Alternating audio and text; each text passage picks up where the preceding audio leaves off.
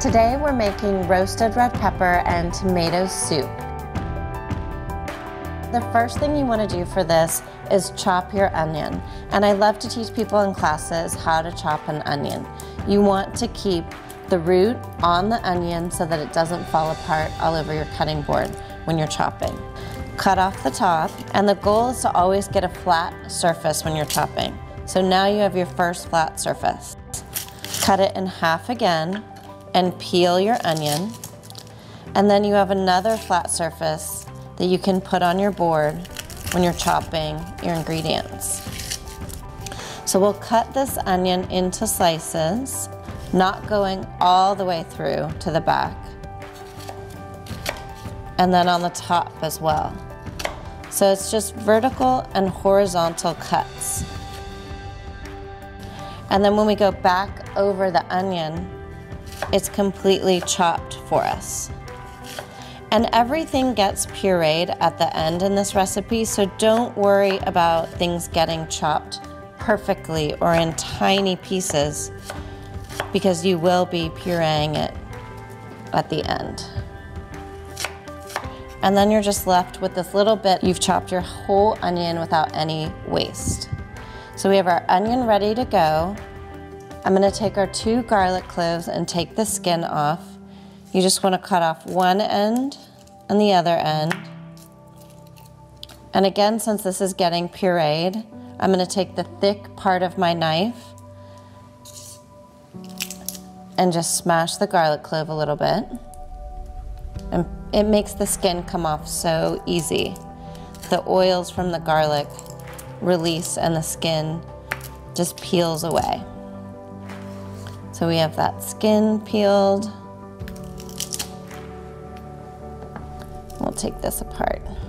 Now you can just go back over your garlic clove roughly to get it chopped. Tuck your fingers under when you're chopping.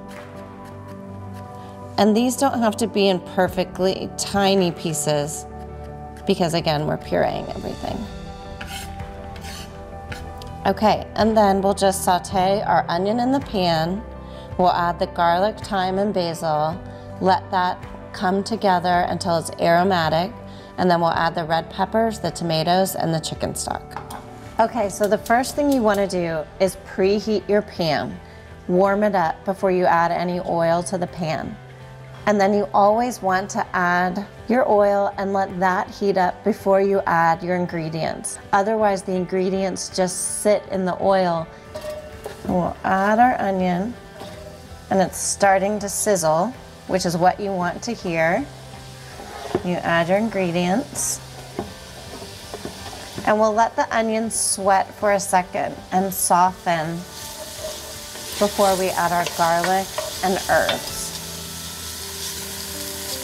I'm gonna salt a little bit as I go, because if you salt as you go, it punches up the flavor of whatever you're cooking instead of just adding salt at the end, which just makes your food taste salty. So salting as you go enhances the flavor of the ingredients that you're building in your recipe.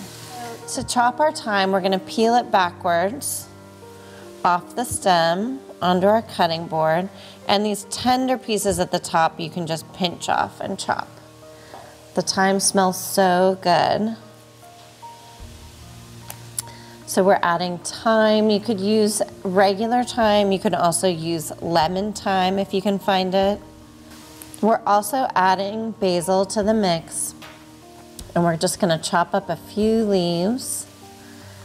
And in summer, when this is growing in my garden, I add twice as much basil to the mix just because it's so delicious.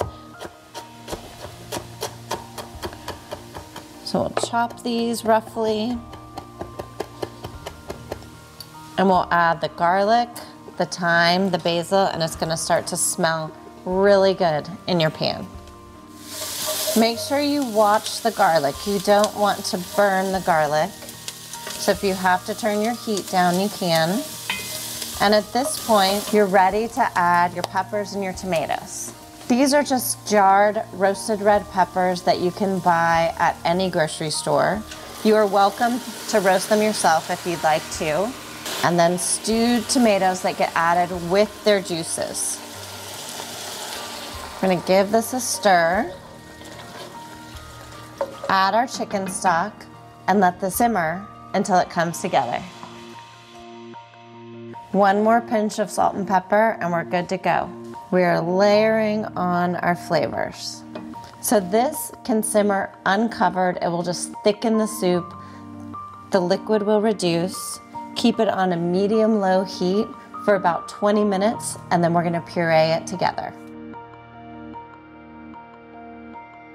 Once your soup has a chance to simmer and come together, you can puree it with an immersion blender on the stove to get those chunks of tomatoes and red pepper pureed into the soup.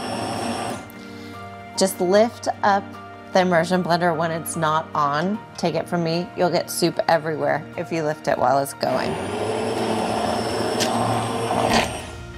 Move it around your pot in spots. And I like to put it directly over an ingredient like a tomato or a red pepper to get those pieces pureed. If you don't have an immersion blender, it is totally fine to puree this in batches in a blender. Just use a soup ladle to transfer it to the bowl of your blender and cover it with a kitchen towel to be careful that the steam doesn't scald you as you're pureeing it in batches.